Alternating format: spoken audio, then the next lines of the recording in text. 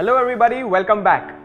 We need to take accurate full arch impressions in order to fabricate bleaching trays, bite guards and orthodontic aligners. The most difficult thing about taking a full arch two-step impression is to reseat the tray back into the patient's mouth in order to avoid step formation. Another crucial factor is salivary contamination, which may result in debonding of the light body from the tray, and it may also prevent multiple pores of the impression. So let us take a look at how I normally tackle these issues with full arch two-step impressions.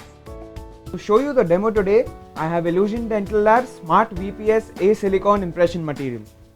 This is the Smart VPS putty, which comes in jars of 280 ml, about 600 grams each of the base and catalyst. Each of them comes with two different colored scoops, which you can see are much smaller than most other brands in the market. We also have the Smart VPS light body in a 50 ml cartridge with a conventional mixing tip. This is the Smart VPS heavy body, which again is in a 50 ml cartridge with a slightly larger mixing tip. This is the Smart VPS bite, which we use for making bite registrations. All of these cartridges are compatible with a universal mixing gun, which is easily available. You also get this kind of a leaflet with all of these materials, and I strongly suggest that these instructions be read carefully before using any new material. Every material has different set of characteristics and different specifications of time which need to be followed.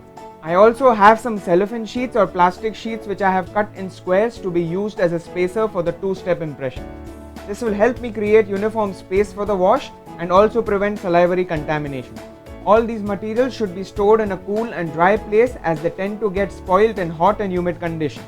The putty, base and catalyst are different colors so that we have a homogeneous mix. It is important to use designated scoops for the base and catalyst to avoid any cross contamination.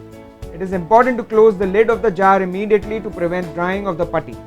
Now when it comes to mixing the putty, the gloves that you use are extremely important. Latex gloves or gloves with powder or flavors may retard or completely inhibit the set of the putty. So I just use plain nitrile gloves for this.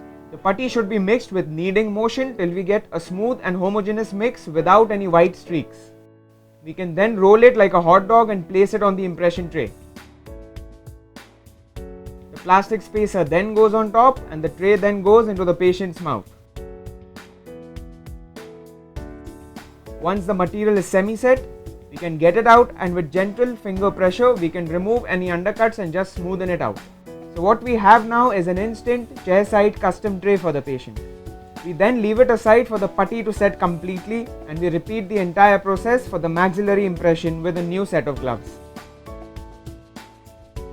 My lower VPS custom tray is now set. I can take off the spacer now, and to complete the impression I shall use some Smart light body.